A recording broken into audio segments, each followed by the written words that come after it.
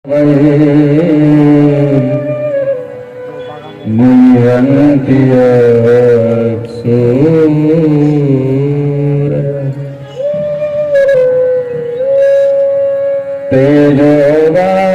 मृदां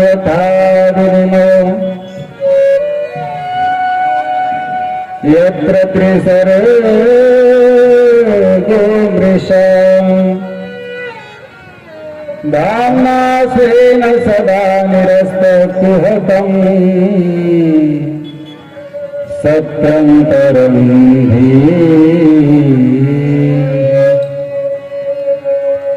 धर्म प्रथितकैतवोऽत्र परमो निरमत्सराणां सताम् वेद्यं वास्तवमत्र वस्तु शिवदम् तापत्रयोन्मूलनम् श्रीमद्भागवते महामुनिकृते किं वा परमेश्वरः सद्बुद्ध्यवृद्धितीत्रकृतिः शुश्रूषुभिस्तत्क्षणम्. गेल्या 3 दिवसापासून आपण भागवताचे महात्म्य पाहत होतो. आज आपण मूळ भागवतामध्ये प्रवेश करतोय, पहिल्या स्कंदामध्ये प्रवेश करतोय. त्यातल्या पहिल्याच श्लोकामध्ये व्यासांनी मंगलाचरण केलं.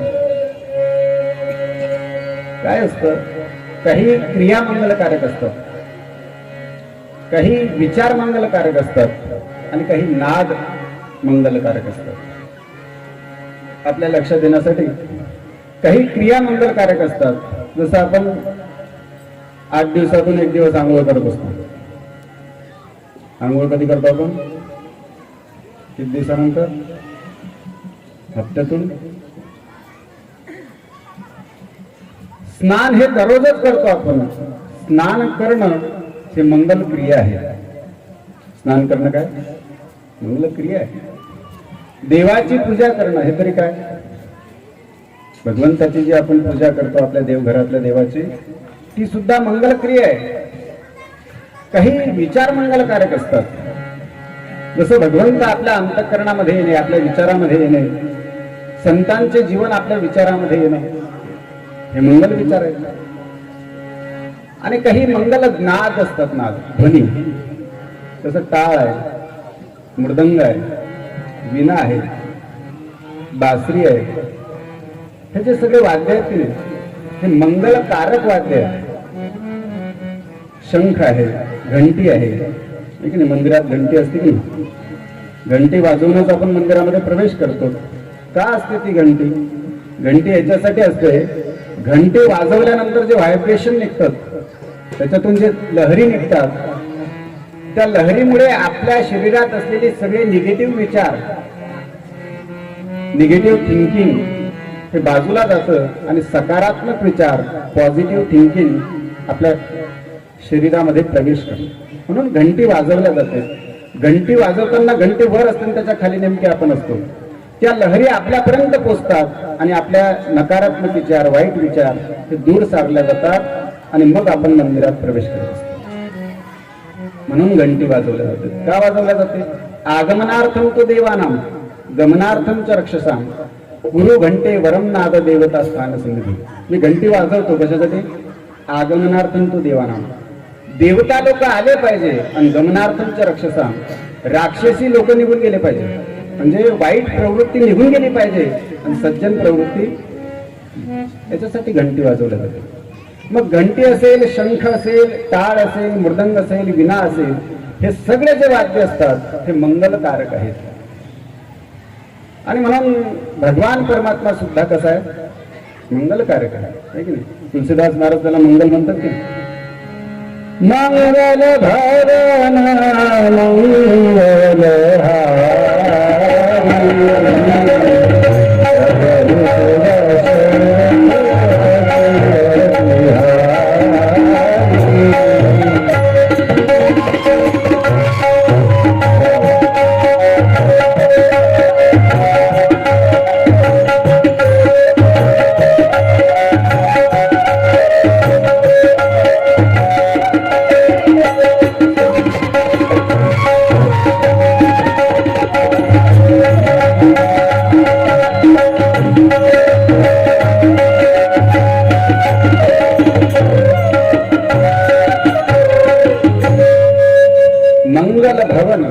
अमंगलहारी.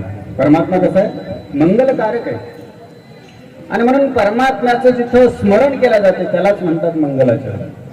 आणि हे प्रत्येक ग्रंथकाराने केलं पाहिजे, कुठलाही ग्रंथकार असेल. आपण जो कार्य आरंभ केलेलं आहे ग्रंथ लेखनाचं, हे कार्य निर्विघ्न पार पडावं असं वाटत असेल तर मंगलाचरण केलं पाहिजे. का करायचं मंगलाचरण?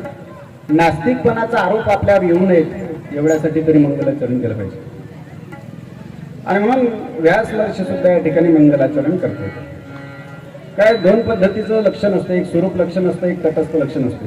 आता ही वेदांताची भाषा आहे, हे काही मी तुमच्यासमोर सांगणार नाही. मी उदाहरण फक्त तुमच्यासमोर ठेवतो. स्वरूप लक्षण कशाला म्हणतात, तटस्थ लक्षण कशाला म्हणतात, त्याची व्याख्या मी तुमच्यासमोर ठेवणार नाही, फक्त उदाहरण सांगतो. काय झालं? रामप्रभूला वनवास झाला. मग रामप्रभू, लखनजी आणि सीतामाता तिघही निघाले. जंगलातला प्रवास सुरू असताना एक भिल्लांचं गाव लागलं. त्या गावकऱ्यांनी स्वागत केलं रामप्रभूचं. मग रामप्रभू आणि लखनजी हे माणसांमध्ये बसले आणि ज्या सीतामाता होत्या त्या गावातल्या ज्या भिल्ल बाया होत्या त्या बायांमध्ये सीतामाता बसल्या. मग त्या भिल्ल महिला ज्या होत्या त्या भिल्ल महिला सीतामातेला विचारतात, म्हणे का गं, हे जे दोघं जण आलेले आहेत तुझ्या बरोबर, या दोनपैकी तुझा पती कोणता आहे? काय विचारलं सीतामातेला? हे जे दोन पुरुष तुझ्या बरोबर आलेले आहेत, दोघं जण तुझ्या बरोबर आहेत, यापैकी तुझा पती कोणता आहे? त्याला सीतामातेने दिलेलं उत्तर म्हणजे स्वरूप लक्षण आणि तटस्थ लक्षण. सीतामाता असं म्हणते, ते जे बसलेले आहेत की नाही ते दोघं जण आहेत. एक आहे गौर सुंदर, एक आहे श्याम सुंदर. एक दिसायला कसा आहे? गोरापान आहे, आणि एक दिसायला सावळासा आहे. एक शाप स्वरूप आहे, एक गौर स्वरूप आहे. त्यापैकी जे गोरेपान दिसतात ना ते माझे देर आहेत. जे गोरे गोरे दिसतात ते माझे कोण आहेत? देर. आणि त्यांच्या बाजूला जे बसले आहेत ते माझे ते आहेत. नाव काही घेतलं नाही सीतामाता, कारण त्यावेळेला काही तशी मर्यादा त्यावेळेला तसा चान्स देत नव्हती की बाबा नाव घ्यायचं नाही. आता काळ बदलला. इथे ईश्वर इच्छा आता चालत, आता कोणाची इच्छा चालते? इथे स्त्री इच्छा. त्याच्यामुळे आता नाव घेतलं जातात सरळ स्पष्ट मध्ये. पण पूर्वीचा काळ, सीता मातेने सांगितलं जे गोरे दिसत आहेत ते माझे देर आहेत आणि त्याच्या बाजूला जे बसलेले आहेत ते माझे ते आहेत. अर्थात त्या बायांच्या लक्षात आलं की हे कोण आहे. याला म्हणतात स्वरूप लक्षण आणि तटस्थ लक्षण. लक्ष्मणाचं जे वर्णन केलं ते तटस्थ लक्षण आहे आणि रामप्रभूचं जे वर्णन केलं ते स्वरूप लक्षण आहे. आणि हे दोन्ही वर्णन व्यास महर्षी या पहिल्या श्लोकामध्ये या ठिकाणी करतायत. मंगलाचरण साधलं. त्याच्यानंतर दुसऱ्या श्लोकामध्ये अनुबंध चतुष्टय सांगितलं. भागवत कथा कोणी ऐकली पाहिजे सांगितलं. ज्याच्या शरीरातले मच्छर निघून गेले त्या माणसाने भागवत कथा ऐकली पाहिजे. कोण ऐकली पाहिजे भागवत कथा? ऐकताय ना आपण सगळेजण? काय म्हटलं मी? ज्याच्या शरीरातले मच्छर निघून गेले त्याने काय ऐकायची? भागवत कथा. तुम्ही म्हणाल महाराज हे शरीरातही असतात मच्छर, खूप खतरनाक. बाहेरच्या मच्छरापासून तरी माणूस स्वतःला वाचवू शकतो. मच्छरदाणी असेल, कछुआ छाप असेल, अजून काही असेल.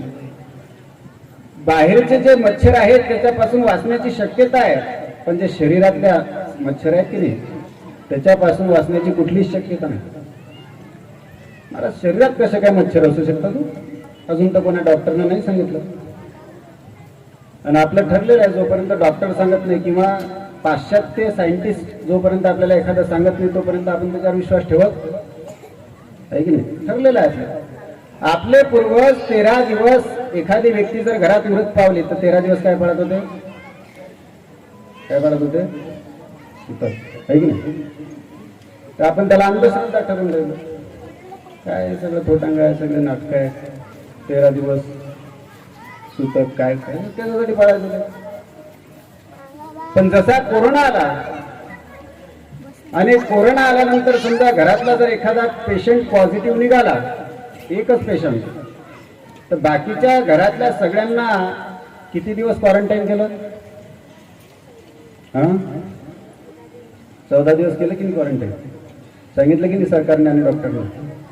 किंवा एक जर पेशंट घरातला पॉझिटिव्ह निघाला असेल, कोरोनाग्रस्त जर तो असेल तर घरातल्या बाकीच्या सगळ्या लोकांनी 14 दिवस घराच्या बाहेर आणि एकमेकांपासून सुद्धा दूर राहायचं.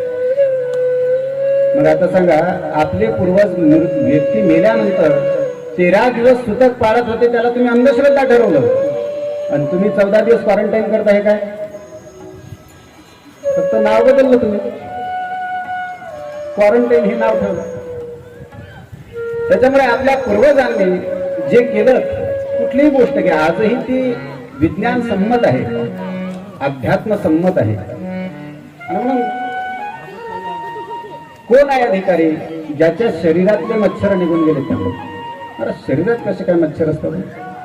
बघा, थोडासा फरक आहे. जे बाहेरून चावतं त्याला मच्छर म्हणतात, जे बाहेरून चावतं त्याला काय म्हणतात? मच्छर. आणि जे आतून चावतं त्याला म्हणतात मत्सर. थोडासा फरक आहे.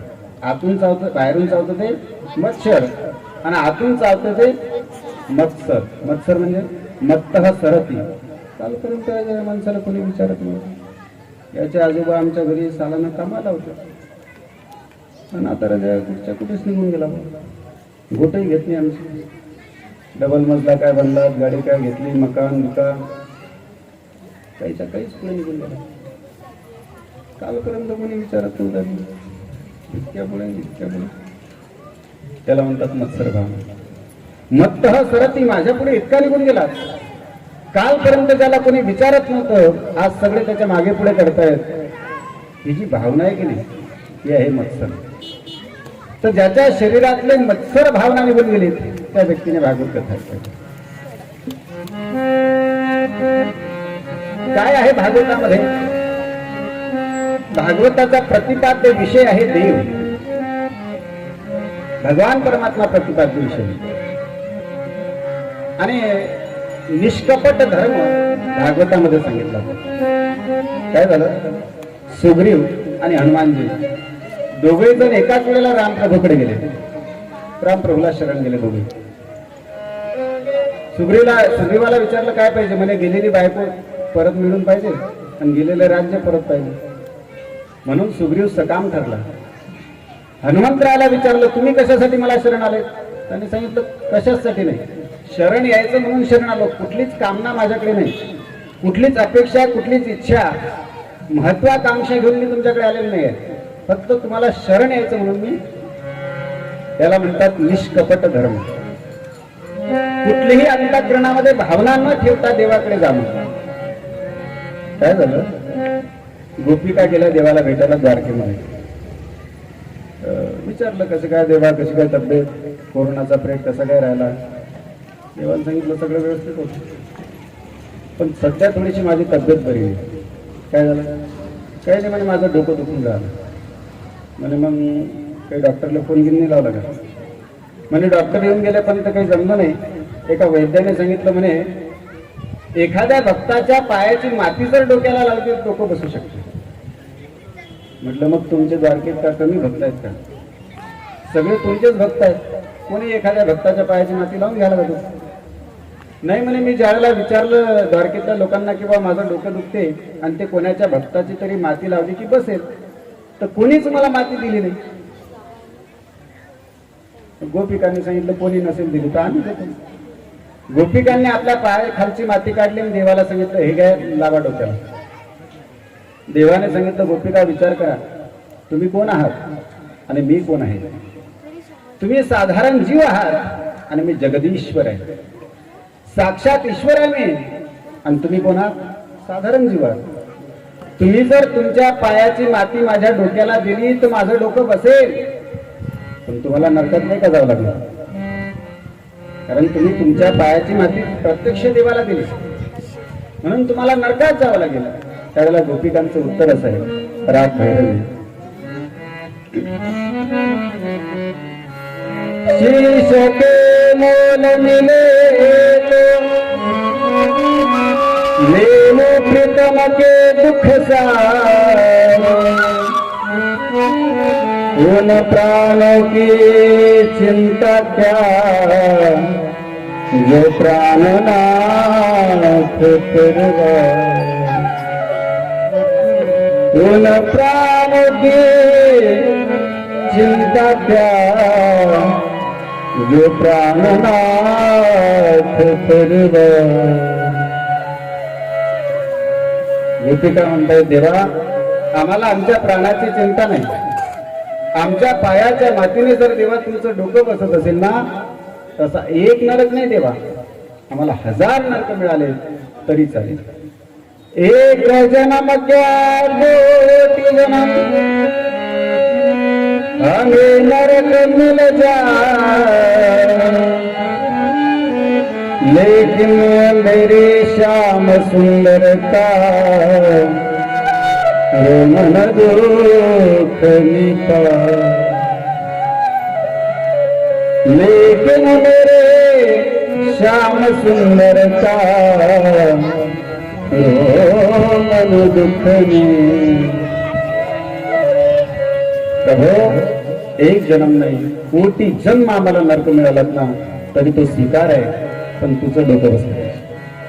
याला म्हणतात निष्कपट धर्म, निष्कपट प्रेम जी गोपिकांनी देवावर केलं. आणि तोच धर्म मुख्य भागवतामध्ये सांगितलेला.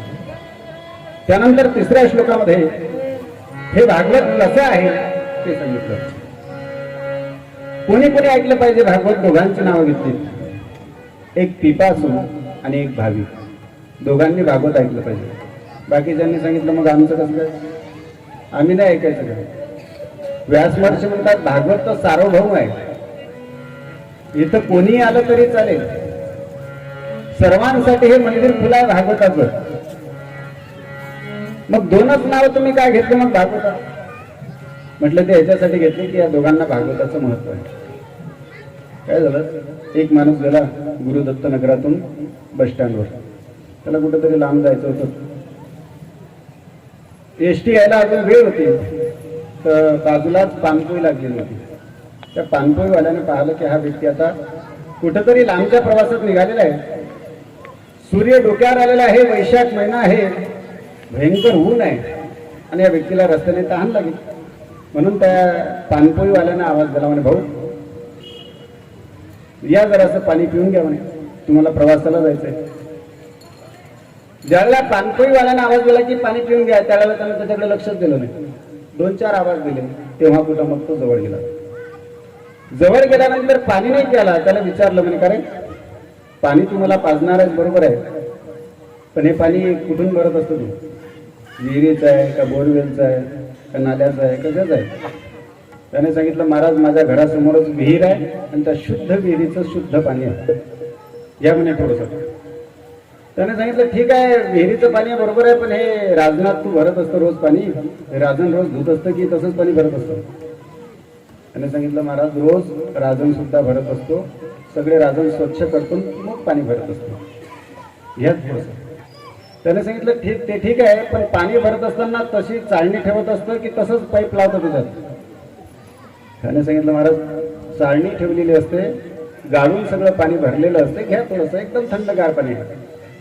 त्याने सांगितलं का रे जास्त थंड नाही ना, म्हणजे आवाज ना बसून जाऊ. किती प्रश्न केले, अजून पाण्याला स्पर्शही केला नाही, पाण्याला अजून धक्काही लावला नाही त्याने. किती प्रश्न केले का? कारण उत्तर आहे भाऊला तहान. आणि हेच भाऊ जर एखाद्या वेळेला अशा ठिकाणी सापडले असते की जिथं दूरपर्यंत कुठंच पाणी नाही आणि तिथं अचानक एखाद्याने म्हटलं की भाऊ थोडंसं पाणी पिता का, तर त्यावेळेला तो विचारीन का की नाल्याचं आहे की धुतलेलं आहे की कसं काय, गाळून आहे की कसं काय, प्रश्न येतील. तसं ज्यांना भागवताबद्दल प्रेमच नाही, आवडच नाही, अशा व्यक्तींना जबरदस्तीने जर आपण म्हटलं की नाही भाऊ एक दिवस यान राजा, चालू आहे आता शिबिरी चालू आहे, त्याच्यात भागवतही चालू आहे, एक दिवस उपस्थिती म्हणून जबरदस्तीने जर आपण एखाद्या व्यक्तीला बोलवलंच किंवा नाही या एक दिवस तरी या, तर ती व्यक्ती भागवत कमी ऐकते, प्रश्न जास्त करते. काय भागवतात कसं काय लिहिलेलं, काय देवानं असं कसं काय केलं तुमचं, म्हणजे कथा कमी ऐक नाही, प्रश्न जास्त. म्हणून व्यास महर्षी म्हणतात मी दोघांचं नाव घेतलं, एक पिपासू आणि एक भाविक. जो भाविक आहे त्या माणसाने भागवत कथा ऐकावी. त्याचा अर्थ इतरांनी ती ऐकू नये असं नाही. सार्वभौम असल्यामुळे, सार्वजनिक असल्यामुळे ही कथा सर्वांसाठी आहे, सगळ्यांनी ऐकावी. बरं महाराज, या कथेतलं घेण्यासारखं आणि टाकण्यासारखं काय? महाराज म्हणतात त्या कथेतलं कुठलंच टाकण्यासारखं काहीच नाही, सगळं घेण्यासारखं आहे. काय असतं, प्रत्येक फळामध्ये टाकण्यासारखा काहीतरी भाग असतो. जसं आता मुलांना मी तुम्हाला एक प्रश्न विचारतो. आता तुम्हाला मी खारीक दिली खाण्याकरता, खारीक, तर खारकेचा कोणता भाग असाल, म्हणजे तुम्ही वरचा भाग फेकून देसाल खारकेचा आणि आतला भाग खासाल की नाही?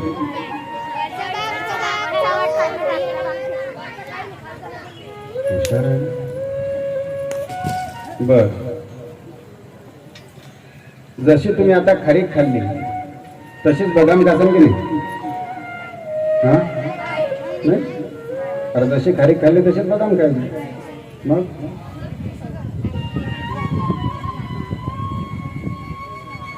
अर्थात जशी आपण खारीक खातो, खारीक खाताना वरचा भाग खातो ना आतला भाग, बदाम खाताना वरचा भाग फेकून द्यायचा ना आतला भाग. आता आंबा कसा कसा ना, आंबा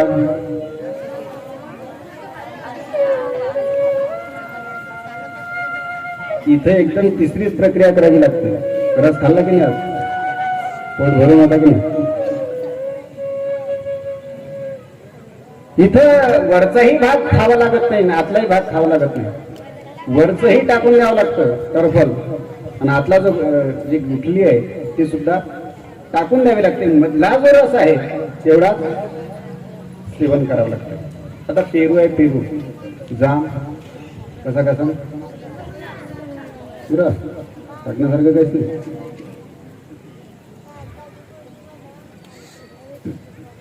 अर्थात जाम हा असा एक खाद्य, म्हणजे एक फळ असं आहे की जे पूर्ण खायचं असते. असं जरी असलं तरीही त्यातला काहीतरी त्याचे भाग असतो, शेवटी माणूस टाकतो.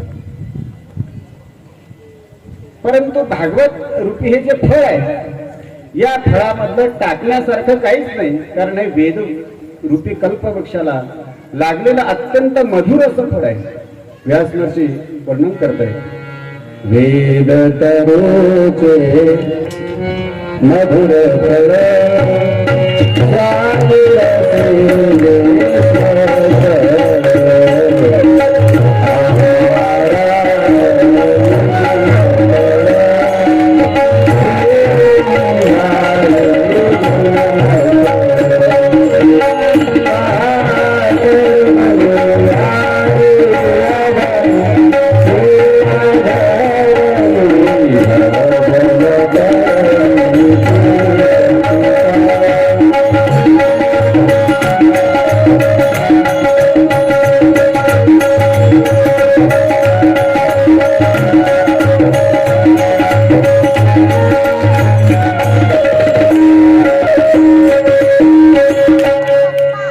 तरुचे मधुर फळ. सुंदर असं मधुर असं फळ आहे, त्यातला टाकण्यासारखा भाग काहीच नाही. मग आता नैमिषारण्यामध्ये 88 सहस्त्रधार ऋषी बसलेले आहेत. सुत आणि शौनकांचा संवाद आहे. नैमिषे निमिष क्षेत्री ऋषय शौनकादय सत्रम स्वर्गाय लोकाय सहस्त्र सममान. 6 प्रश्न विचारले. देव अवतार का धारण करतो, करतो तर किती करतो, किती झाले आतापर्यंत देवाचे अवतार, जीव मात्राचं लक्ष्य काय, मानवी जीवनाचं ध्येय काय, आणि शेवटचा प्रश्न धर्म हक्कम शरणम गत. धर्म हा कोणाला शरण गेला, असे किती प्रश्न केले? 6 प्रश्न. त्याचं उत्तर या ठिकाणी भागवतामध्ये दिलं. बघा काही काही प्रश्न असे असतात, प्रश्न अनेक असतात, उत्तर एकाच वाक्यात असतं. जसं मी तुम्हाला सांगतो, कालिदासांना भोजराजाने प्रश्न विचारला, म्हणजे महाराज भोजनांतेचे किम पेयम, म्हणजे जेवण झाल्यानंतर काय प्यायचे. जयंत कस्य वै सुतः, जयंत हा कोणाचा मुलगा आहे, आणि विष्णू पदम कथम प्रोक्त, विष्णूचं पद कसं सांगितलेलं आहे. किती प्रश्न झाले? 3 झाले की नाही? आता या 3 प्रश्नाचं उत्तर कालिदासांनी एकाच वाक्यात देऊन टाकलं, तक्रम शक्रस्य दुर्लभम. बस एवढ्या एका वाक्यात 3 प्रश्नाची उत्तर आली. बघा, पहिला प्रश्न आहे, जेवण झाल्यानंतर माणसाने काय घेतलं पाहिजे, काय पिलं पाहिजे, काय पिलं पाहिजे रे? दुसरं नाही झालं कधी. मग हे गोष्ट जर तुम्ही लहान असलेल्या मुलांना कळाली तर प्रश्न कोणा विचारलेला आहे? राजाने. आणि तो विद्वान राजा आहे. मग हे त्या राजाला कळालं नसेल का? जे तुम्हाला लहान मुलांना कळालं की बा जेवण झाल्यानंतर काय केलं पाहिजे? मग हे एवढा मोठा विद्वान असलेला राजा ज्याच्या दरबारात कालिदासासारखी विद्वान आहेत त्याला हे कळालं नसेल का? आहे की नाही? काय असतं, मोठी माणसं बहुतेक प्रश्न विचारत नाही. आणि एखाद्या वेळेला मोठ्या माणसानं जर प्रश्न विचारला तर त्याच्यात काहीतरी अर्थ असतो. असाच मोठा माणूस प्रश्न विचारत नसतो. ज्या अर्थी कालिदास ज्यांच्या दरबारात आहेत आणि सगळ्यांचा राजा असलेला भोज राजा आहे, विद्वान आहे, मग त्याने हा प्रश्न काय केला? त्याला हे समजलं नाही का किंवा जेवण झाल्यानंतर बहुतेक पाणीच पितात. ज्या अर्थी प्रश्न विचारला काहीतरी अर्थ असला पाहिजे. काय अर्थ आहे?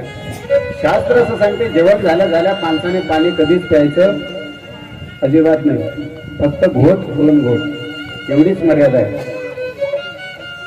जेवण झाल्या पाणी कधीच प्यायचं नाही. कारण जेवण झाल्यानंतर जर आपण पाणी पित असतो तर ते विषा समान आहे.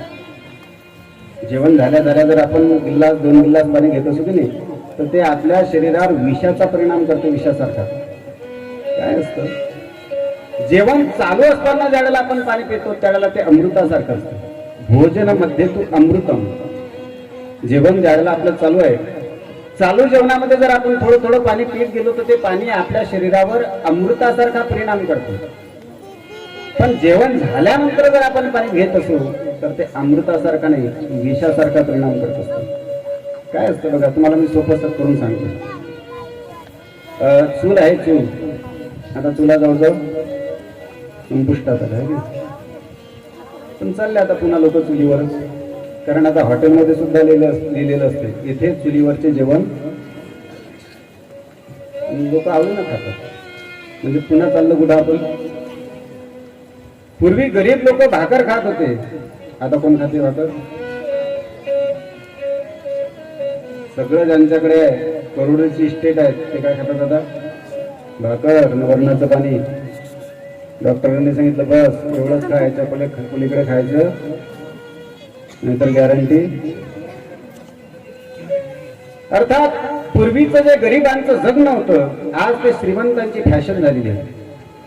पूर्वी जे गरीब लोकांचं जेवण जगणं होतं त्या श्रीमंत लोकांची फॅशन झाली. पूर्वीचे लोक भाकर खात होते, आता श्रीमंत करोडपती खाऊन राहिले. पूर्वीचे लोक गुळाचा चहा घेत होते ना आता श्रीमंत सुद्धा म्हणतात की गुळाचा, साखरचा नाही पाहिजे म्हणतात. आता कशात चहा करा? गुळाचा किंवा बिनदुधाचा चालेल. हे श्रीमंत लोकांचं सगळं जगणं. आता जे आपले पूर्वज पहिल्यापासून जगत आले, चुलीवरचं जेवण, या सगळ्या गोष्टी जुन्या आहेत. कशासाठी सांगत होतो मी? विषय कुठून निघाला होता आपला? हा, जेवण झाल्यानंतर पाणी काय घ्यायचं?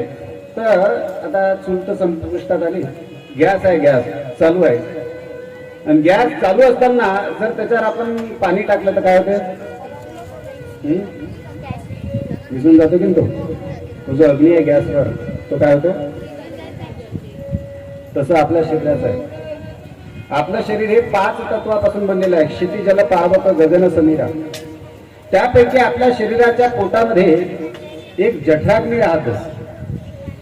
पहिला घास जेव्हा आपण तोंडामध्ये टाकतो आणि शेवटचा घास जोपर्यंत आपला चालू आहे तोपर्यंत सगळं अन्न येऊन आपल्या या जठराग्नीमध्ये येतं, उदरामध्ये येतं, पोटात येतं. मग ते अन्न आल्यानंतर त्याला पचन क्रिया करण्यासाठी तो अग्नी प्रज्वलित झालेला असतो आणि ते सगळं अन्नाची प्रक्रिया, पचन करण्याची प्रक्रिया तो अग्नी करत असतो. पण जेवण झाल्या आपण काय करतो? ग्लास 2 ग्लास पाणी पिऊन टाकतो. एकदा पाणी घेतलं की जो अग्नी प्रज्वलित झालेला आहे पोटातला तो काय होऊन जातो? मग गॅसवर जर पाणी टाकलं तर अग्नी विझते की नाही, तसं पोटात जर पाणी ग्लास 2 ग्लास टाकलं जेवणानंतर लगेच, तर आतमधला जो अग्नी आहे तो काय होऊन जातो? मग अन्नाची पचनक्रिया कशी? पचनक्रियाच होत नाही. म्हणून राजाचा प्रश्न आहे की बा जेवण झाल्यानंतर काय प्यायचं? पाणी तर नाही प्यायचं असं शास्त्र म्हणते. मग काय घेतलं पाहिजे? तर राजा कालिदासांनी उत्तर दिलं, तपक्रम, ताक घेतलं पाहिजे. ताक जेवण झाल्यानंतर एकच पेय असं आहे की जे आपण जेवण झाल्या झाल्या घेऊ शकतो, आणि ते म्हणजे ताक. तुम्ही म्हणाल मग ताकात तरी पाणी असतेच की नाही? ताकात जरी पाणी असलं तरी ताकात तुपाचे अंश असतात. आणि एखादा अग्नी आहे आणि त्या अग्नीमध्ये जर आपण तूप टाकलं तर अग्नी विसते की नको? काय होतं? आणखी भडकतो. प्रज्वलित असलेला अग्नी, यज्ञकुंडातला अग्नी, त्याच्यात जर तुम्ही तूप टाकलं तर काय होतो? तो आणखी भडकतो. तसं जे ताकामध्ये तुपाचे अंश आहेत ते ज्यावेळेला आपल्या पोटात जातात त्यावेळेला आपला जो अग्नी आहे तो विझत नाही, उलट आणखी प्रज्वलित होतो. आणि म्हणून जेवण झाल्यानंतर ताक घेतलं पाहिजे, हे राजाचं उत्तर आहे. दुसरा प्रश्न होता की बा विष्णू पदम कथम प्रोक्तम, विष्णूचं पद कसं सांगितलेलं आहे? तर त्याचं उत्तर आहे दुर्लभ. आणि जयंत कस्य वै सुतः, जयंत हा कुणाचा मुलगा आहे? तर सांगितलं की जयंत हा इंद्राचा मुलगा आहे. काय झालं? चालताना अचानक घोडा अडला. का? स्वयंपाक चालू असताना भाकर जळाली का? आणि खायची पानं, विड्याची पानं सडली का? किती प्रश्न आले? 3. उत्तर एकाच वाक्यात आहे, न फिरवल्यामुळे. प्रश्न किती विचारले? 3. चालताना अचानक घोडा थांबला का? थांबला. भाकर शेकणं चालू असताना ती जळाली का? आणि विड्याची पानं, खायची पानं सडली का? तिन्ही प्रश्नाचं उत्तर काय? न फिरवल्यामुळे. काय असतं? घोड्याचं शास्त्र असं आहे, घोड्याला रोज त्याला फिरवण्याचा अभ्यास करावा लागतो, रोज त्याला फिरवण्यासाठी न्यावं लागतं. आणि तो जर महिना 2 महिने एकाच जागेवर बांधला आणि अचानक जर लग्नासाठी काढला, एखाद्या कार्यक्रमासाठी काढला, तर तो कुठेही जाऊन थांबू शकतो. का? न फिरवल्यामुळे. स्वयंपाक चालू आहे, भाकर जळाली का? ताव्यावरची भाकर काढली आणि चुलीवर ठेवली शेकण्या करता, तेवढ्यात फोन आला आईचा. कोणाचा फोन आला? तो काही 5 मिनिटात मग होत, आता अर्धा तास बोलणं चालू असते बाहेर. बरं, बोलण्यात विषय काय असतात?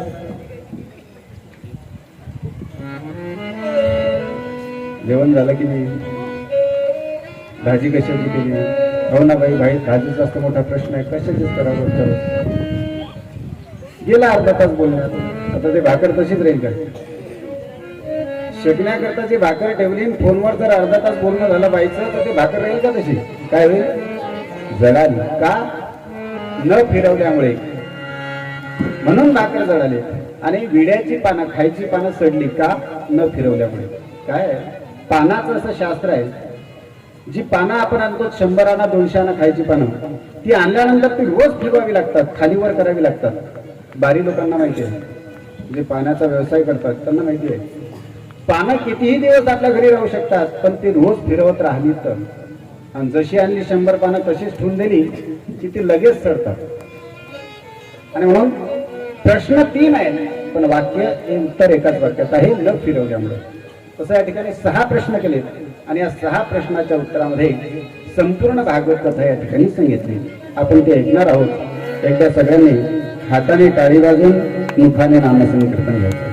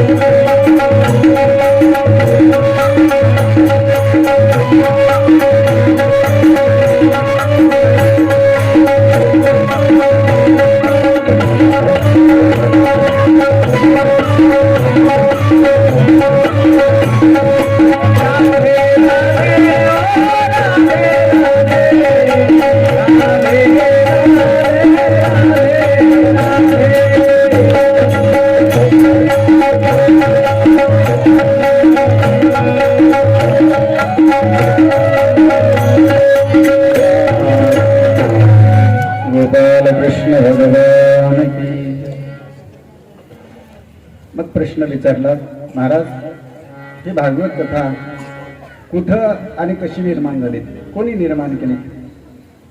त्यावेळेला मग सांगायला सुरुवात केली, द्वापार युगामध्ये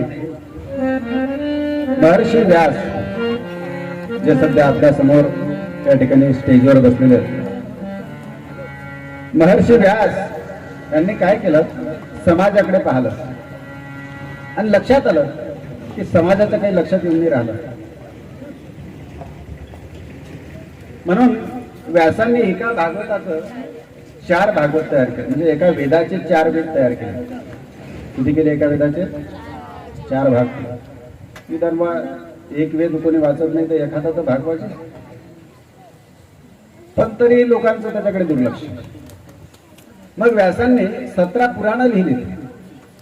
नाही वेद लक्षात येत तर पुराण तर लक्षात येईल.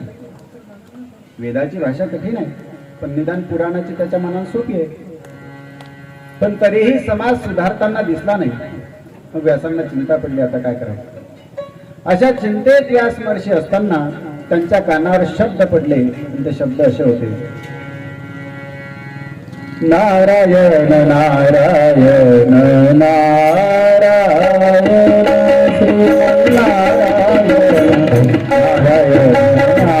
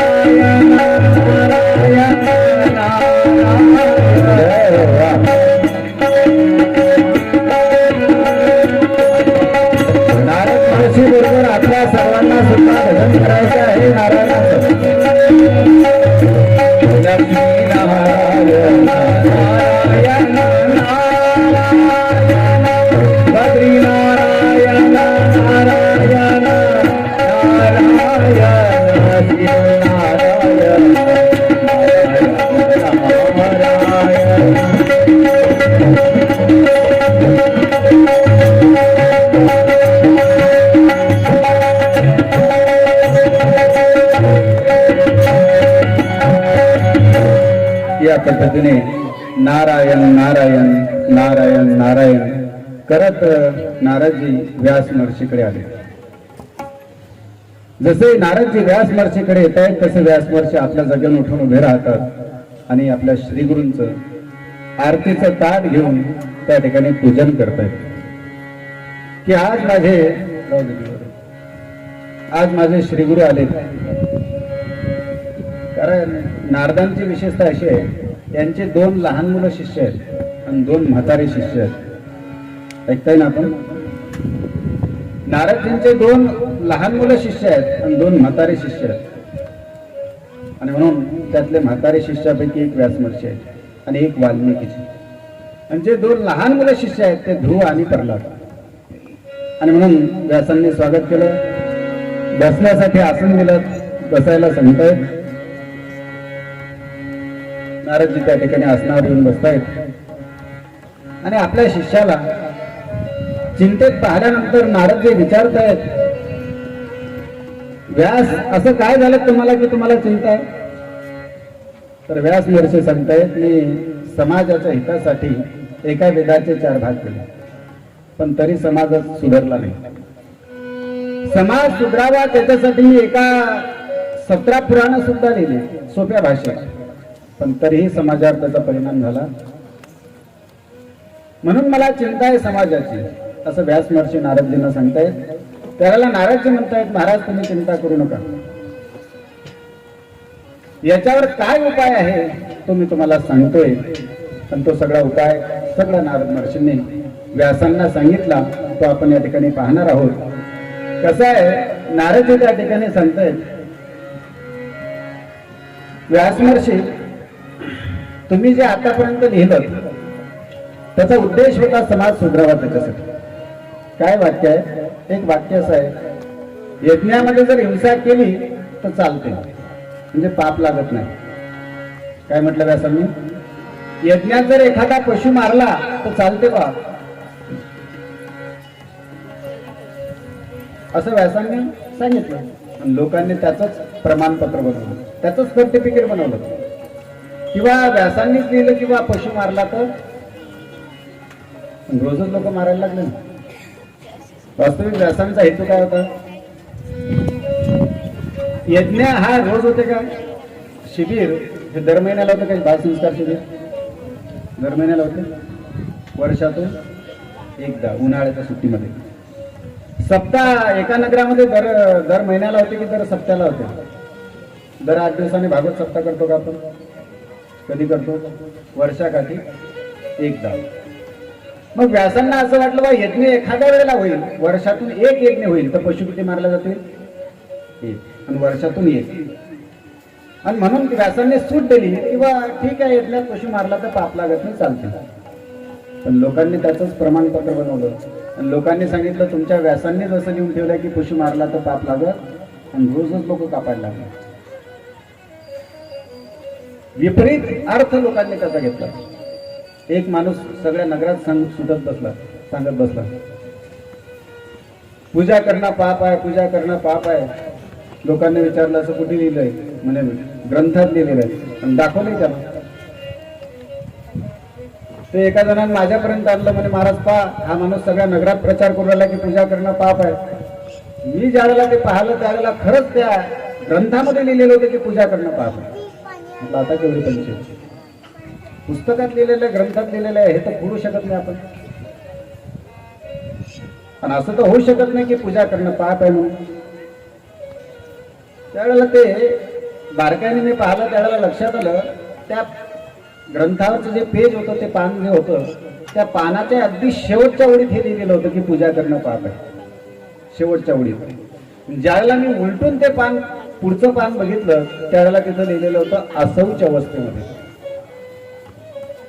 काय लिहिलेलं होतं?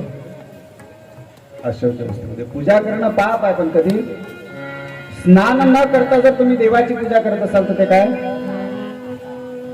पण यानं फक्त तेवढंच तुकडं घेतलं आणि सगळ्या नगरात बसला फिरत की पूजा करणं पाप आहे, पूजा करणं पाप आहे. अरे पण कधी पाप आहे?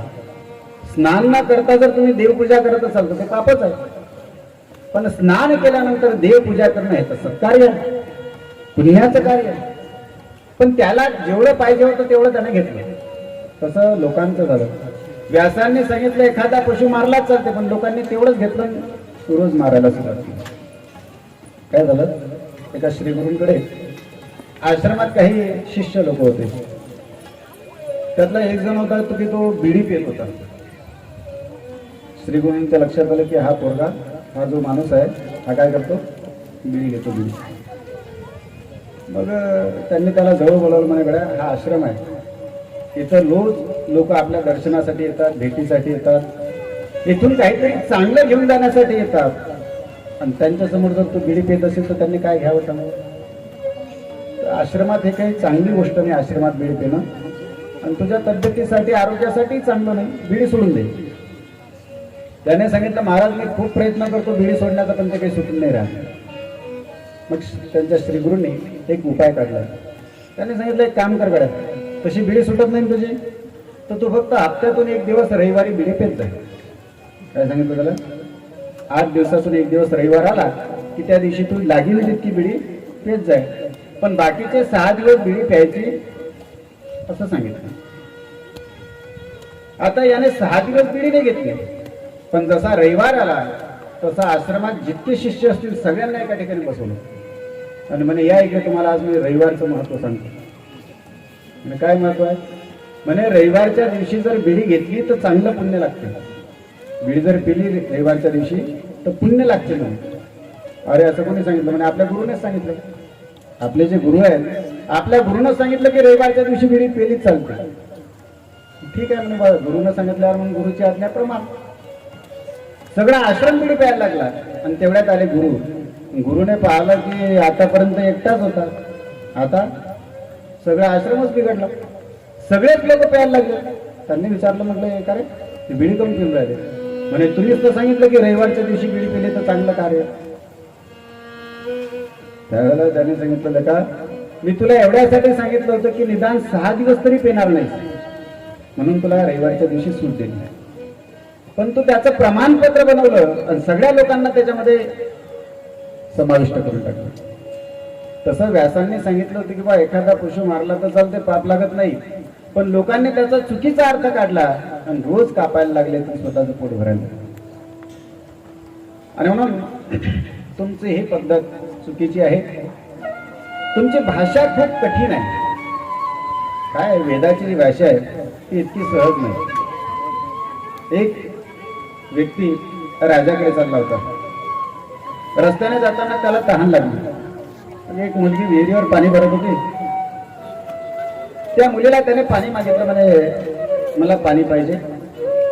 ती पाणी द्यायला लागली. तेवढ्यात त्या माणसाने विचारलं, म्हणे का गं, मी तुझ्या हातचं आता पाणी पिणार आहे, पण तू कोण आहेस? मी ब्राह्मण आहे. तू कोण आहेस? तुझ्या हातचं मी आता पाणी घेणार आहे, पण तू आहेस कोण?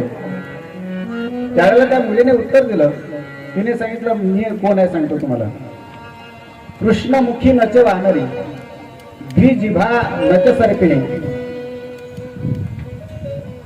पंचप्रिया नच पांचाली, तस्याहं कुल बालिका. संस्कृत मध्ये त्या मुलीने उत्तर दिलं की मी कोण आहे. काय सांगितलं त्या मुलीने? कृष्णमुखी नच वानरी, जिचं तोंड काळं आहे पण ती वानरी नाही. तोंड कसं आहे? काळं आहे पण वानरी. द्विजिभा नच सर्पिणी, जिला 2 जिभा आहेत पण ती सर्पिणी. पंचप्रिया, 5 जणांची ती आवडती आहे, प्रिय आहे, पण ती द्रौपदी. तस्याहं कुल बालिका, असं ज्यांचं घर असेल म्हणजे त्यांच्या घरातली मुलगी आहे. आता काय समजावं त्या माणसाला? काय लक्षात आलं आपलं? तोंड काळा आहे पण वानरी नाही, 2 जिभा आहेत पण सर्पिणी नाही, 5 जणांची आवडती आहे पण द्रौपदी नाही. काय लक्षात येतं? काहीच लक्षात येत नाही. याला म्हणतात कठीण भाषा, याला म्हणतात कोड्यातली भाषा, याला म्हणतात दुर्मिळ भाषा. मग काय लक्षात येईल? त्या मुलीने सांगितलं, कृष्णमुखी नच वानरी, जिचं तोंड काळं आहे पण ती वानरी. ते लेखणीचा विचार आहे, लेखणी, पेन आजच्या भाषेत. पण 30-35 वर्षापूर्वीचा जो पेन होता तो पेन आपल्या डोळ्यासमोर आणा. त्या पेनाचं हे वर्णन आहे. कसा पेन होता पहिले? ते दौत असायचं, त्याच्यातून ती शाई त्याला त्याच्यात टाकायची आणि त्याने लिहायचं. तर त्याचं तोंड जे आहे ते कसं आहे? काळं आहे पण वानरी आहे. तोंड काळं आहे पण वानरी. द्विजिभा, 2 जिभा आहेत. तो जो पूर्वीचा पेन होता त्याला कसा होता? अशा गोल्ड राऊंड मध्ये 2 हे असतात त्याला. जिभा 2 आहेत पण सर्पिणी आहे काय? पंचप्रिया, 5 जणांची आवडती आहे पण द्रौपदी. बघा, पेन ज्या वेळेला आपण हातामध्ये लिहिण्याकरता घेतो त्यावेळेला आपल्या 5ही बोटाचा संबंध येतो. 5ही बोटांना आवडणारी लेखणी आहे पण ती द्रौपदी. अशांची कुळातली ही मुलगी आहे. अर्थात त्या मुलीला स्पष्ट सांगायचं होतं की मी ब्राह्मणाची मुलगी आहे, पण एवढं सांगण्यासाठी किती फिरून सांगितलं तिला. याला म्हणतात कोड्यातली भाषा, याला म्हणतात रूपकात्मक भाषा. व्यास महर्षी तुमची भाषा खूप उच्च कोटीची आहे, ते सर्वसामान्य लोकांच्या लक्षात येत नाही. मग आता अशी भाषा लिहा की जे सगळ्यांच्या लक्षात येईल. महर्षी माझ्याकडे बघा, एका दासीचा मुलगा होता. दासीचा चातुर्मासामध्ये काही संत एका श्रीमंत माणसाच्या घरी चातुर्मास करण्यासाठी आले. माझी आई गरीब, दुसऱ्याच्या घरची भांडे घासायची, दुसऱ्याच्या घरची धुणं धुवायचं आणि त्याच्यातून जे पैसे मिळतील त्याच्यातून उदरनिर्वाह करायचा. मग ज्या श्रीमंताच्या घरी हे संत आले त्या श्रीमंताच्या घरी माझी आई कामाला. त्यावेळेला माझं वय 5 वर्ष, मी फक्त 5 वर्षाचा होतो. मग आई बरोबर मीही तिथं जात होतो. आता ते आई तर कामात होती आणि मी मात्र त्या संतांच्या संगतीत बसायचो. आता ते संत करतात का, सकाळपासून काकडा हरिपाठ भजन पूजन असं सगळं करत होतं. ते 4 महिन्यापर्यंत मी त्यांचं ऐकलं. इतका परिणाम झाला माझ्यावर त्याचा की 4 महिने संपल्यानंतर, चातुर्मास संपल्यानंतर ते ज्यावेळेला जायला लागले त्यावेळेला मी त्यांच्या पाठीमागे लागलो किंवा मलाही तुमच्या बरोबर यायचंय. तर संतांनी सांगितलं, अरे तू तुझ्या आईला एकुलता एक आहे आणि तुझं वय फक्त 5 वर्षाचं आहे, तू आमच्या बरोबर यायचं. माझा नाईलाज झाला म्हणून मी आईच्यावरच थांबलो. एक दिवस अशी घटना घडली. संध्याकाळची वेळ होती, अंधकार पडलेला होता. माझी आई गाईच्या गोठ्यात दूध धुण्याकरता गेली होती. खाली काही पानं, झाडाची सुकलेली पानं पडलेली होती आणि त्याच्या खाली होता साप. झाडाची सुकलेली पानं पडलेली आणि त्याच्या खाली साप, आणि त्या पानावरून माझी आई चालत होती आणि नेमका सापाच्या शेपटीवर पाय पडला. जसा माझ्या आईचा त्या सापाच्या शेपटीवर पाय पडला तसा सापाने काय केलं, लगेच माझी आई खाली पडली. तोंडातून फेस आला. लोक मला सांगायला आलेत, तुमची आई. धावत धावत गेलो तर आई तोपर्यंत गेलेली होती. आईची संपूर्ण क्रिया केली 13 दिवस पर्यंत. आणि 13 दिवस पूर्ण झाल्यानंतर मग मात्र मी मोकळा झालो. कारण आता आईचीच जबाबदारी होती. आई गेली, आता कोणीच नाही. म्हणून ते संत ज्या उत्तर दिशेने गेले होते त्याच दिशेने मी गेलो. आता ते 4 महिन्याच्या पूर्वी गेलेले आता कशाचे सापडतात. खूप जंगलामध्ये मी फिरलो पण कुठं संत सापडले नाही. शेवटी एका नदीमध्ये स्नान केलं. पिंपळाच्या झाडाखाली मी बसलो आणि फक्त जसे डोळे बंद केले तसं साक्षात भगवान परमात्मा माझ्या अंतःकरणात प्रगटले. कंठे प्रेम दाते नैनी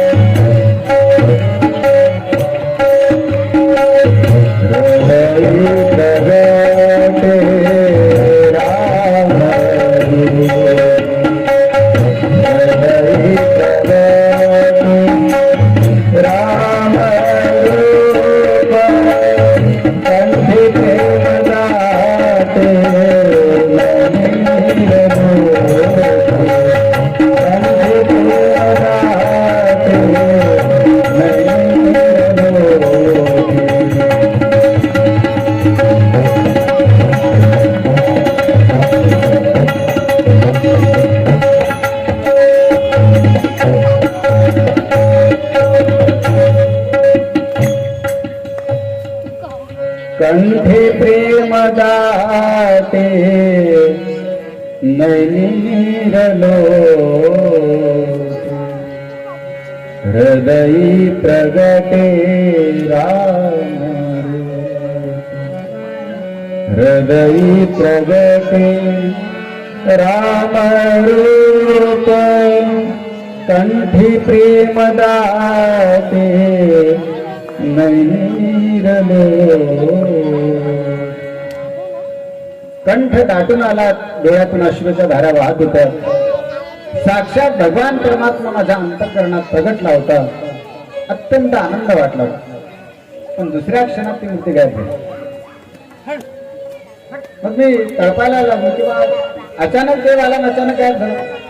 त्यावेळेला आकाशवाणी झाली की या जन्मात नाही, आता माझी भेट पुढच्या जन्मात होईल. आणि मग पुढच्या जन्मात मला ब्रह्मदेवापासून जन्म मिळाला.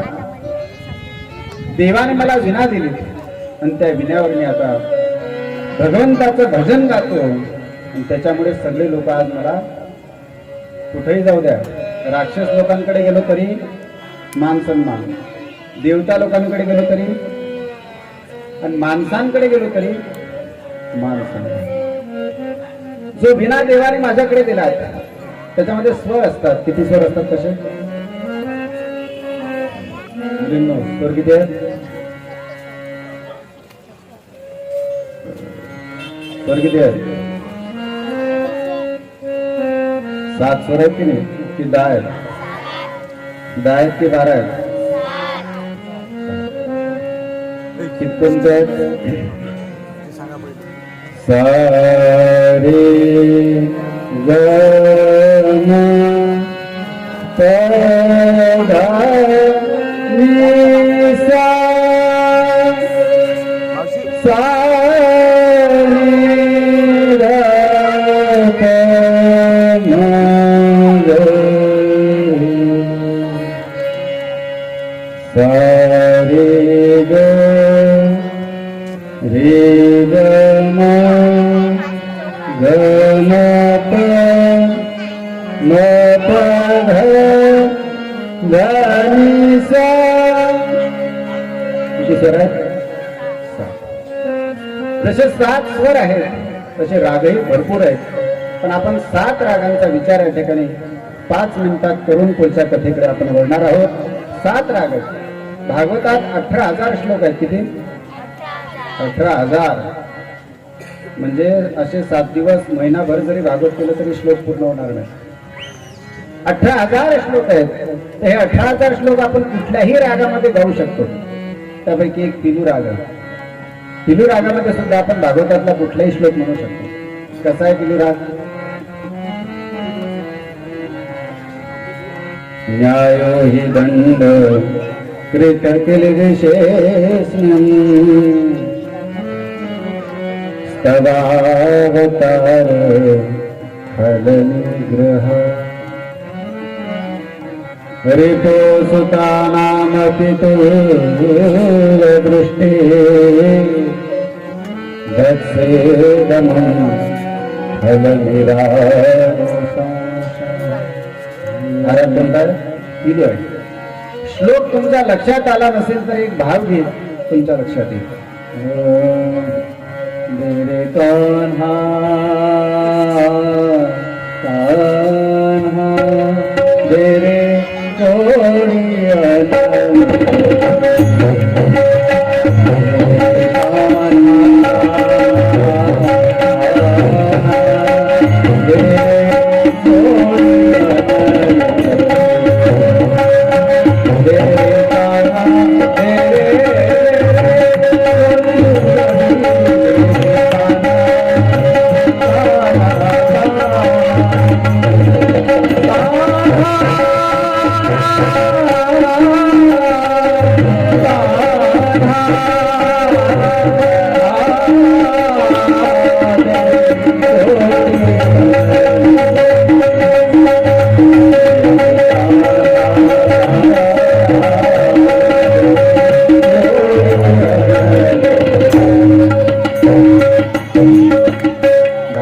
लक्षात आलं की नाही? का फिल्मी गीत म्हणू लागतं नाही. अर्थात हा राग पिलू आहे तर भागवतातले श्लोक म्हणू शकतो. त्यानंतर आहे मारुविहार. या रागामध्ये सुद्धा आपण भागवतातले श्लोक म्हणू शकतो. कसा आहे मारुविहार? प्रजापते श्वशुरास्य निर्यापितो यज्ञमहोत्सव किलो वयं च तत्राभिसरामः यद्रथितानि युगुधा व्रजन्ति प्रजापतेस्ते श्वशुरस्य सा. अर्थात हा मारुविहार राग आहे. याच्यात आपण भागवताचे श्लोक म्हणू शकतो. श्लोक जर तुमच्या लक्षात आला नसेल तर भावगीत ऐका. माझे मनोरथ पूर्ण करी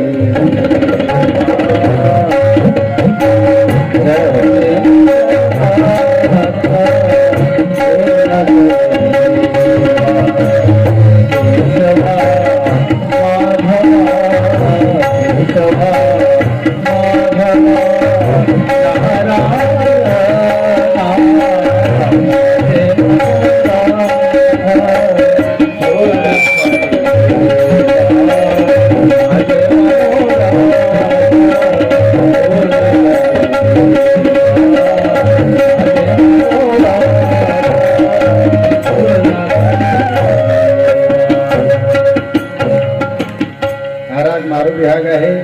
याच्यामध्ये आपण भागवतातले श्लोक म्हणू शकतो. आणखी एक राग आहे शिवरंजनी. शिवरंजनीच्या रागामध्ये सुद्धा आपण भागवतातले श्लोक म्हणू शकतो. कसा आहे शिवरंजनी? अहो विधातस्तवना क्वचिद्दया संयोज्य मैत्र्या प्रणयेन देहिनः पाश्चात्कृतार्थान् विनाशतार्थकम् विक्रीडितं तेर्भटचेष्टितम्. हा राग शिवरंजनी आहे. याच्यामध्ये भागवतातले 18,000 श्लोक आपण म्हणू शकतो. श्लोक लक्षात आला नसेल तर भावगीत लक्षात घ्या. अभंग आहे. इथं माझा देवा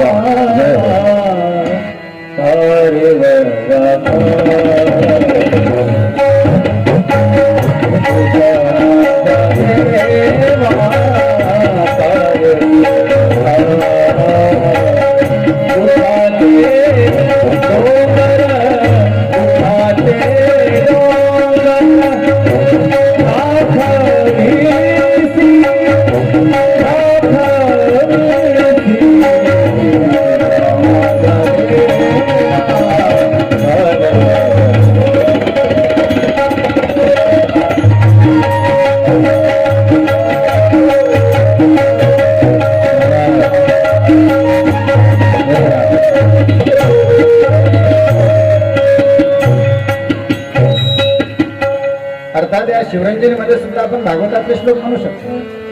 आणखी एक राग आहे पुरिया धनश्री. खूप सुंदर राग आहे. पुरिया धनश्री मध्ये सुद्धा आपण भागवतातले सगळे श्लोक म्हणू शकतो. कसा आहे पुरिया धनश्री? अहो बदीयमस्तन कालकोटम जिघांसया प्रसाधि लेभे गतिं दादृचितां ततम्यं तं वा दयालं शरणं व्रजे. तं वा दयालं शरणं. हा प्रिया धनश्री आहे. याचा आपण भागवतातले श्लोक म्हणू शकतो. श्लोक लक्षात नसेल आला तर ऐका तुकडोजी महाराजांचं ते माझा श्यामला कोमला ऐसा तारे राजा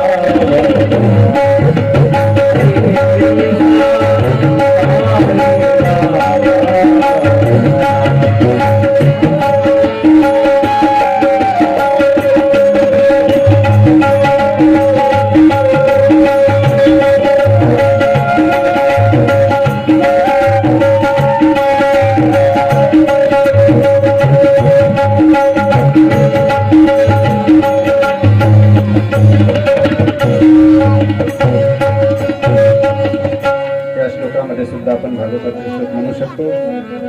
आणखी एक राग आहे चारुकेशी. 7 राग पाहून आपण पुढे जाणार आहोत. चारुकेशी राग कसा आहे?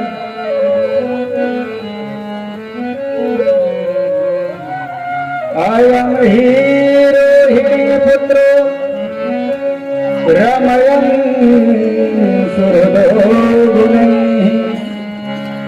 आख्यास्ते रामैति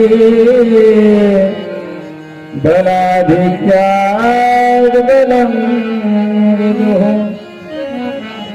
आख्यास्ते रामैति बलाधिक्याद् बलं. अर्थात आहे चारुकेशी. लक्षात नसेल आलं तर अभंग ऐका. देवाची द्वारी उभा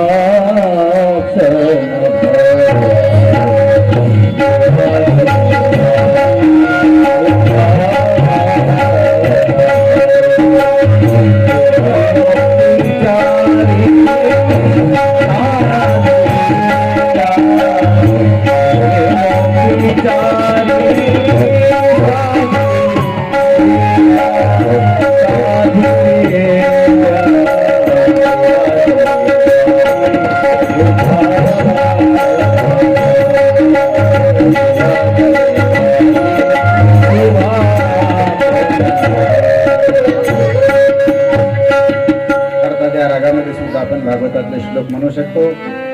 राग आहे तोडी, उत्तर राग. शेवटचे 2 उत्तर राग म्हणून आपण पुढे जाणार आहोत. या तोडी रागामध्ये सुद्धा आपण भागवतातले सगळे श्लोक म्हणू शकतो. कसं आहे तोडे? पतमानो पिताते त्रिगुत्यंतर द्रुमा पूर्णयामास राजेंद्र महदासी. लक्षात नसेल आलंय तर गजानन महाराजांचा आपण एक चित्रपट पाहिला असेल. ज्यावेळेला त्या गजानन महाराजांच्या चित्रपटामध्ये पितांबरावर एक आळ येतो की तू खरा गजानन महाराजचा भक्त नाहीस, आणि खरंच जर तू गजानन महाराजांचा भक्त असशील तर ज्या आंब्याच्या झाडावर तू चढलेला आहेस त्या आंब्याच्या झाडाला पालवी फोडली पाहिजे उन्हाळ्याच्या दिवसात. असा ज्यावेळेला त्याला आग्रह केला जातो त्यावेळेला पितांबर आता आपले दोन्ही हात जोडतो आणि समर्थ सद्गुरु श्री गजानन महाराजांना विनंती करतो, प्रार्थना करतो, महाराज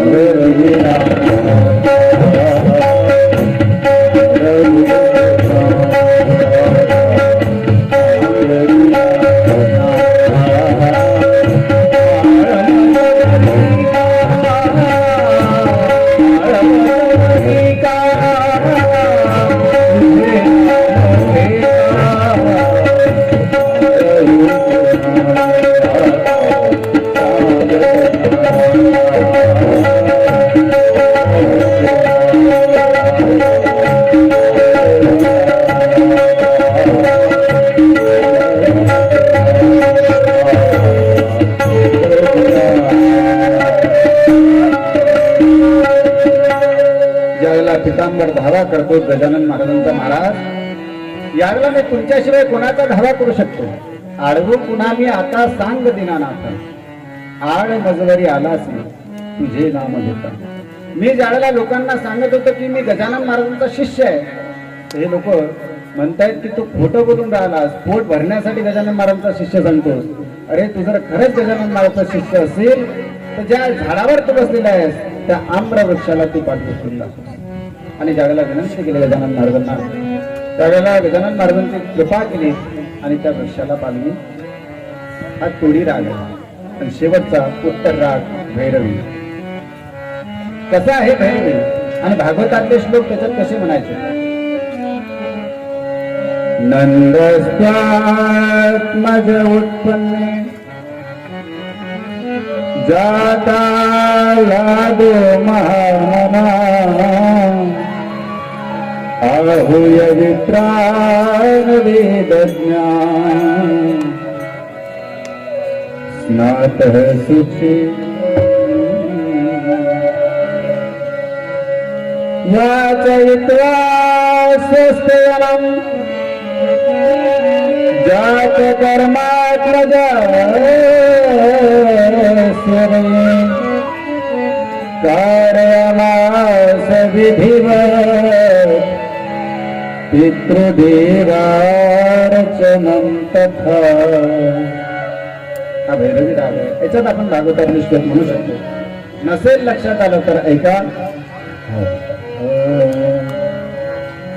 आधी सोनियाचा देव वर्षे अमृतात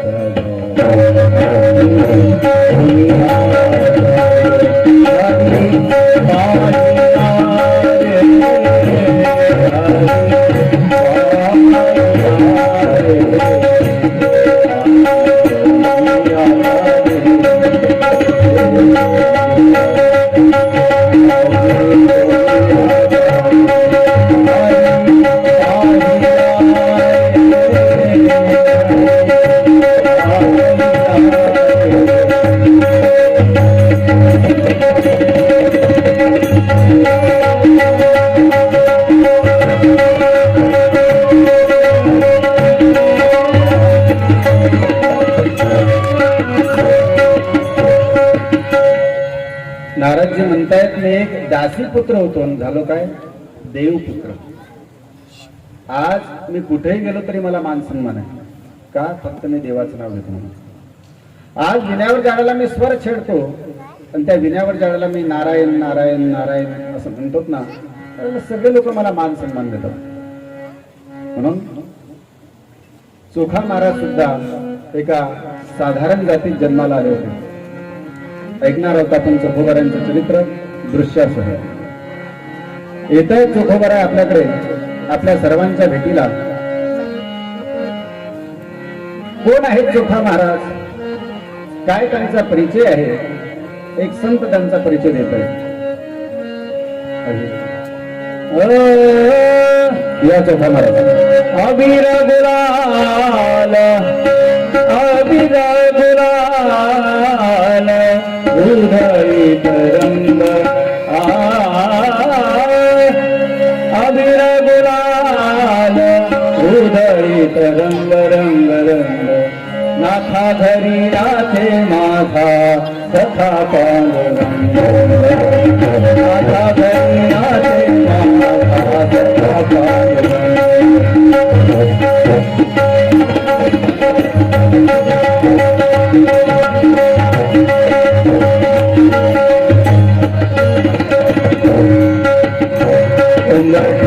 कैसे आम्ही जाती आम्ही जाती कैसे पाहू त्यात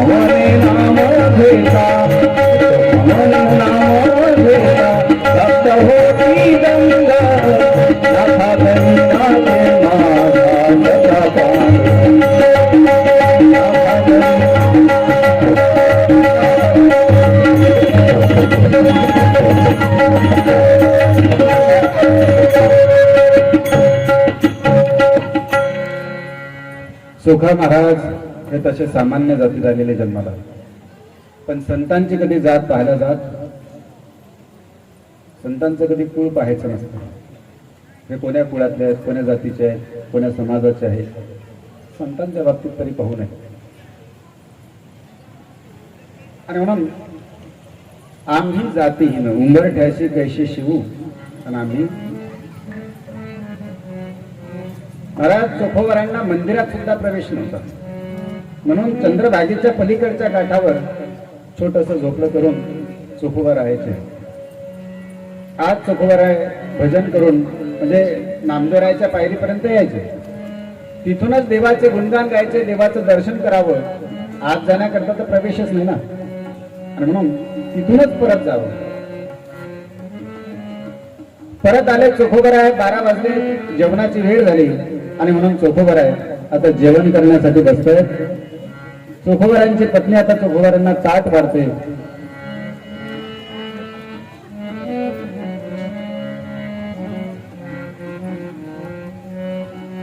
आणि आता चोखोबारा जेवणाला सुरुवात करते. थोडंफार चोखोबाराचं जेवण होते तेवढ्यात देव चोखोबारांच्या घरी येतात.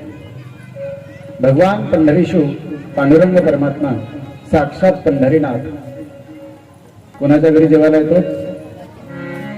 ज्यांना मंदिरामध्ये सुद्धा प्रवेश नाही अशा चोखोवरांच्या प्रत्यक्ष घरी येऊन भगवान त्या ठिकाणी येत आहेत आणि म्हणतायत, चोखोबा मलाही भूक लागली, मलाही जेवायचं आहे. चोखोवरा पत्नीला म्हणतायत, अगं देवाला सुद्धा ताटवा.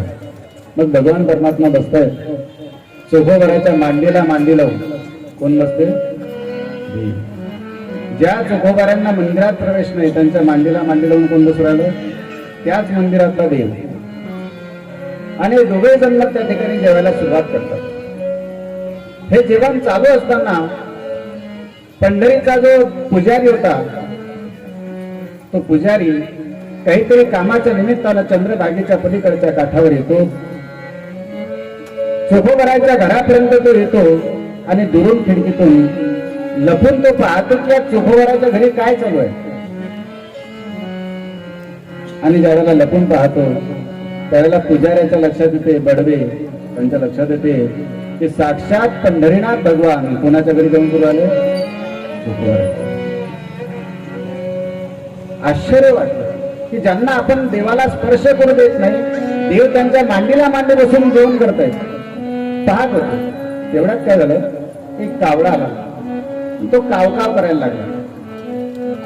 तो चोखोबरा म्हणतात, कावड्या अरे तो कावकाव करू नको, साक्षात पंढरीचे पाहुणे माझ्या घरी जेवण करण्यासाठी आलेले आहेत, तेव्हा देवाचं जेवण होऊ दे, मग मी तुझी सुद्धा जेवणाची व्यवस्था करतो. तेवढा आता तू कावकाव करू. आता त्या ब्राह्मणाला असं वाटलं, पुजाऱ्याला असं वाटलं की बा हे आपल्यालाच म्हणून राहिले चोखोबरा. त्या ब्राह्मणाला इतका राग आला की हा चोखा आणि आपल्याला म्हणतो की कावकाव करू नको. ब्राह्मण धडधड आतमध्ये गेला आणि गेल्यानंतर मागचा पुढचा विचार न करता चोखोबरांच्या गळ्यात एक चांगली लागली.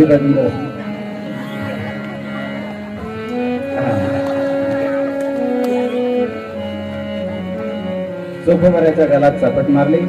ब्राह्मण रागाने निघून जातो. काय झालं होतं, हा जे वाढण्याचं काम चालू होतं चोखोबरांच्या पत्नीचं, ते वाढत असताना चोखोबराच्या त्या पत्नीच्या हातचं जे दहीचं भांड होतं, दह्याचं मडकं, ते खाली पडलं आणि त्याचं काही दही भगवंताच्या पितांबरावर सांडलं. त्यानंतर जो पुजारी होता, संध्याकाळची आरती करायची हरिपाठाच्या नंतरची, त्या आरतीसाठी पुजारी आता भगवंताच्या पंढरीनाथाच्या मंदिरात जायला निघतो. आणि जसा पुजारी मंदिरामध्ये प्रवेश करतो, आरती ओवाळत असताना त्या पुजाऱ्याच्या लक्षात येते की भगवान पंढरीनाथाचा गाल सुजलेला गाव. काय सुजलं? चापट कोणाला मारले? चापट कोणाला मारले होते? आणि गाल कोणाचा सुजला? महाराज, गाल सुजलेला देवाचा पाहला. ब्राह्मणाला पश्चाताप झाला की ज्यांना आपण मंदिरातही प्रवेश देत नाही, आपण चापट तर त्यांना मारली होती, पण वळ कोणावर उठला? साक्षात पंढरीनाथाच्या गालावर.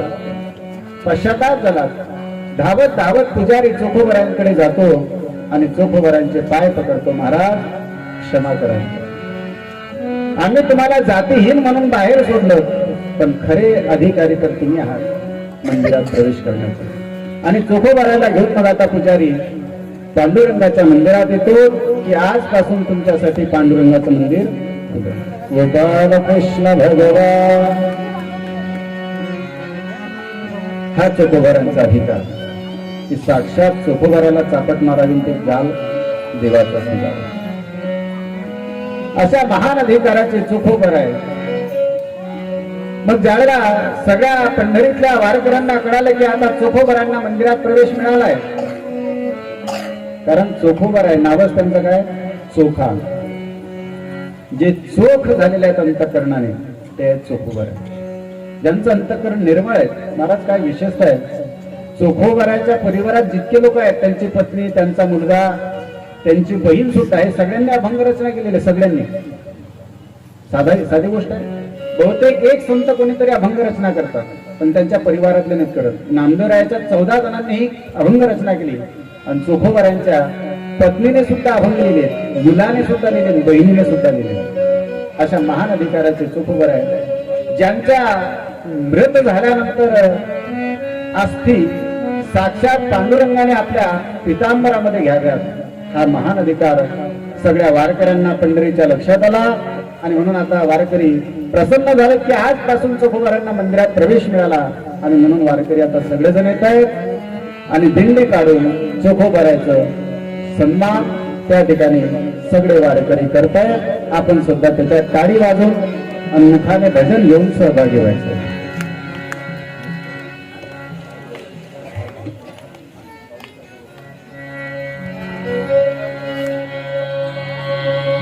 विठ्ठल विठ्ठल विठ्ठल विठ्ठल विठ्ठल विठ्ठल विठ्ठला विठ्ठल विठ्ठल विठ्ठल